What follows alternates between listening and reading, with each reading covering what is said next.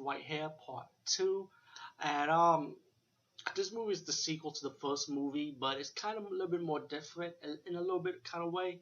We get to see a little bit more Bridget Lin, less of the hero of the movie, because this time we got a new cast of characters, and I'm gonna explain a little bit more. This time we got this young guy who's like the last member of the Wu Tang clan, who his whole clan been massacred, and he was like pretty much the last member, and there's a few other members of the Wu Tang that happened to survive, but was not part of the massacre during when the Siamese twin from the first movie and Bridget Lin's character, the Wolf Woman, killed the rest of the Wu Tang during that time. Movie pretty much, I would say, takes place 10 years after in a way. Bridget Lin's character now, I'm going to fast forward a little bit to make it simple.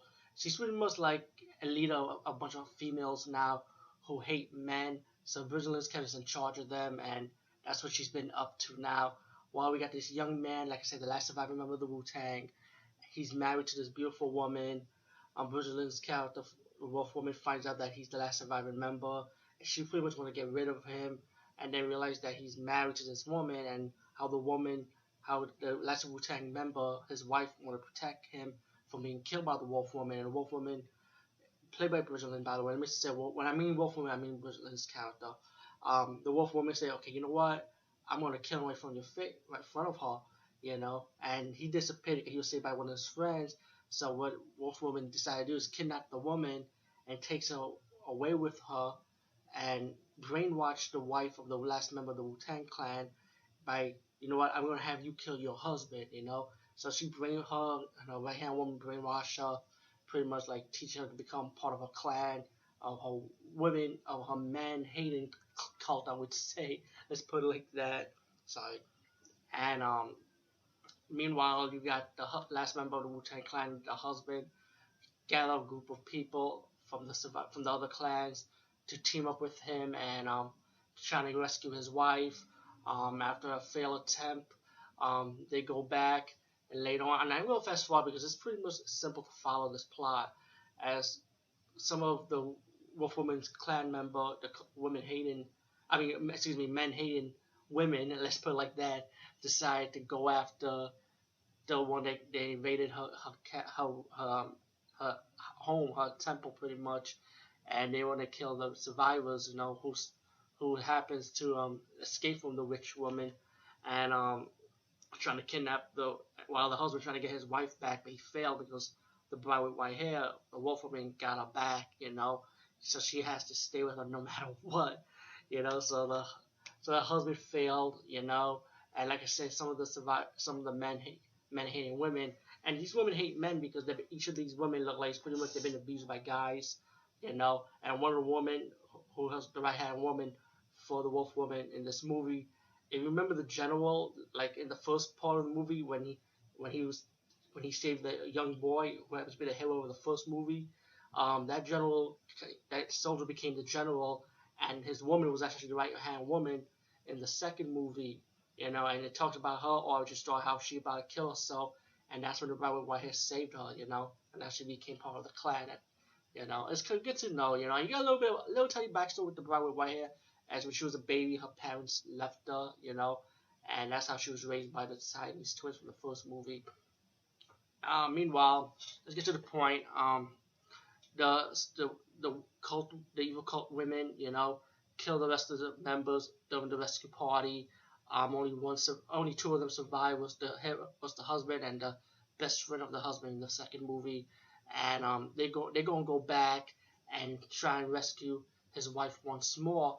But this time, while we had the fight scenes going on, and even before this movie, even before the scenes, they had good sword fight scenes too. Let me just say that it was really good. A lot of good action sword fight scenes. Let me say this in this movie. One also, but two was really on point. But it's just like you're gonna see a little bit more of Bridget Lin, but you're not gonna really see the hero of this movie from the first movie, unless you get towards the fucking end. And to me, that's the only disappointment in this movie. It's like I want to see the main hero from the first movie, but I can understand that in part two, don't want to have like a new cast of characters. Like let's have like this. I'm the night hero, gotta save my woman against the witch. It's pretty much like that classic tale of warrior must stop the witch type of thing. This is nothing new in the warrior movies, and it doesn't matter what culture it is. We've seen it before, but this is the Hong Kong style of it. Let's get to the point. Don't worry, we got the two heroes this time in the final battle. You got to defeat the rest of the female witch women's clan, the surviving witch woman clan, and fight the evil witch woman. Um, while the wife was brainwashed, of course, going to kill her husband, and while the wife finally awakened from the spell, she doesn't want to kill her husband, and later on the door opens and that's when the hero from the first movie finally appears.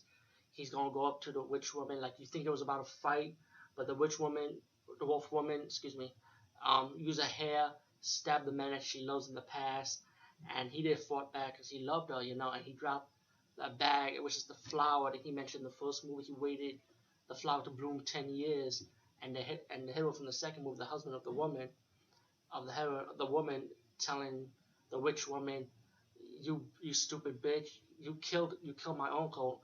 And let me say, the hero in the second movie, his uncle is actually the hero from the first movie, by the way. Let me say that.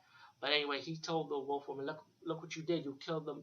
You killed my uncle. You killed the man that you love. And he left because he waited for the flower to bloom for 10 years.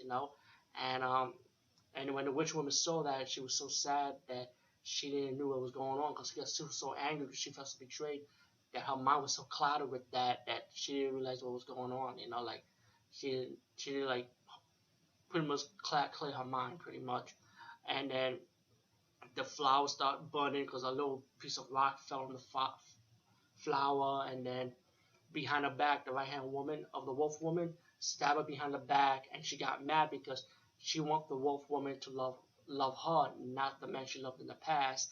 So then the wolf woman smacked her right hand woman and threw her in the fire pretty much, and she died. And then the wolf woman and her lover from the first movie decided to die in the fire together, while the husband and wife, the last member of the Wu-Tang Clan and his wife, decided, they died in the fire. They left the temple and they buried the dead, buried their friends, and they pray. And the last Wu-Tang Clan member, his wife, started mentioned, I think I saw the witch woman hair turn black, and the husband started saying something like, it doesn't matter, like I'm sorry, but it's like pretty much he told it didn't matter, like in a way, and they walked off.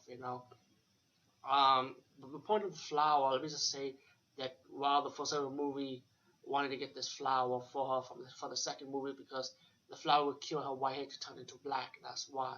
So let me just say that. But all the Velvet White Hair Part 2 was enjoyable. It was good to watch, even though I wanted to see more of the hero from the first movie. But again, I can understand why they decided to do it like this because they want like the younger cast to pretty much like let's show their side of the love story. How we have this young hero from the last clan of Wu-Tang that he got to save his woman from the witch woman, they kidnap his woman, and then pretty much it's like they want to base it on that. But we did see a little bit more Bridget Lin this time, but again, to me the hero was the main part of the movie I liked from the first movie, and I wanted that to bloom a little bit more in the second movie. But hey, all in all, that I enjoyed. Yeah, like I said, it was an enjoyable movie. It was good. It was a good sequel to the first movie, but I would say I like the first movie more because of the chemistry between the hero and Bridget Lin's character. Anyway, that's my opinion, and check this movie out. You definitely could get Bobby Whitehead 1 and 2 for a cheaper price if you could find it. It's not really expensive, but let me just say, when I've seen the first disc, it is a collector's edition. It also has a making of, so you might want to get the collector's edition from the first movie. Anyway, peace, guys. See you later.